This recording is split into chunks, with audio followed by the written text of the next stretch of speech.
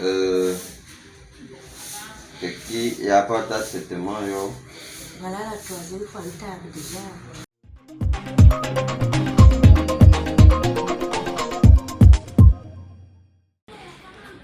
Après le discours du chef de l'État qui nous a promis des financements parce qu'on n'avait pas facilement accès au financement dans les banques, nous nous sommes rapprochés du CMPJ de Timako où nous avons été enrôlés, nous nous sommes inscrits à l'Observatoire national des jeunes.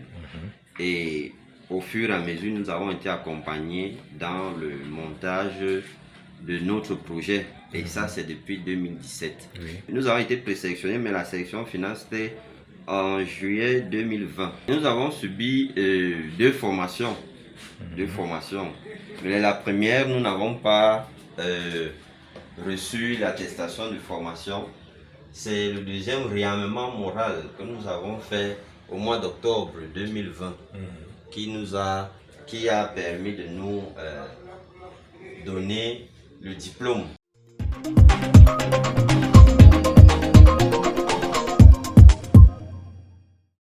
Une fois sélectionnés, nous avons été convoqués au niveau du FONIGE régional. Nous avons établi avec les cadres régionaux un plan de décaissement en fonction du montant qui nous avait été alloué. 8 millions, nous avons bénéficié d'un financement de 8 millions. Oui. Donc, nous avons monté un plan d'affaires et à partir de ce plan d'affaires, on a sorti un plan de décaissement de concert avec les cadres régionaux et nous-mêmes. Et en fonction de ce financement qui était divisé en 3 grandes parties, c'est-à-dire la première partie, il y avait le matériel dont nous avions besoin. La deuxième partie, c'était l'installation. Et la troisième partie, qui comprenait le fonds de roulement, c'est-à-dire le capital pour acheter des médicaments, et une partie réservée pour 5 mois de salaire en attendant que l'activité prenne.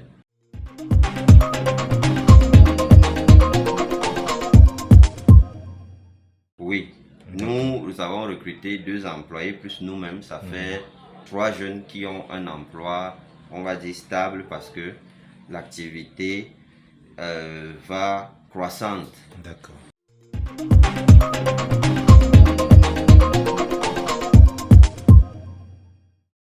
Ouais. Dans le cadre de la législation pharmaceutique, il a été accordé au personnel professionnel de santé, particulièrement les pharmaciens, la possibilité d'ouvrir une propharmacie. Et la propharmacie, qui est différente de la pharmacie, on n'a pas prévu un cadre juridique. Par contre, il est moins fourni que la pharmacie ordinaire qui est encadrée par la loi. Donc, la loi nous autorise à ouvrir des propharmacies dans des régions, dans des villes qui sont éloignées des pharmacies. Elle dit au-delà de 5 km. C'est sur cette base que nous avons, en temps opportun, monté le projet.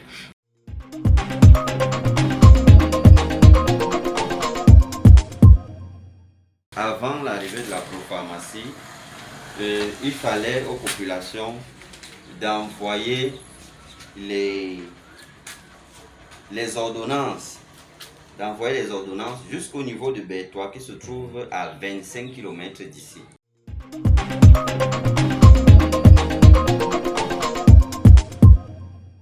Oui, nous rencontrons des difficultés et pour le moment c'est juste au niveau de la communication, sur l'information, informer les populations sur la présence désormais d'une structure qui accompagne les formations sanitaires en approvisionnant médicaments. Donc, mais pour cette difficulté, nous avons déjà trouvé une stratégie d'approche nous nous rapprochons des ministres de culte, des responsables comme des chefs de quartier. De quand nous avons du temps, nous les approchons pour passer l'information.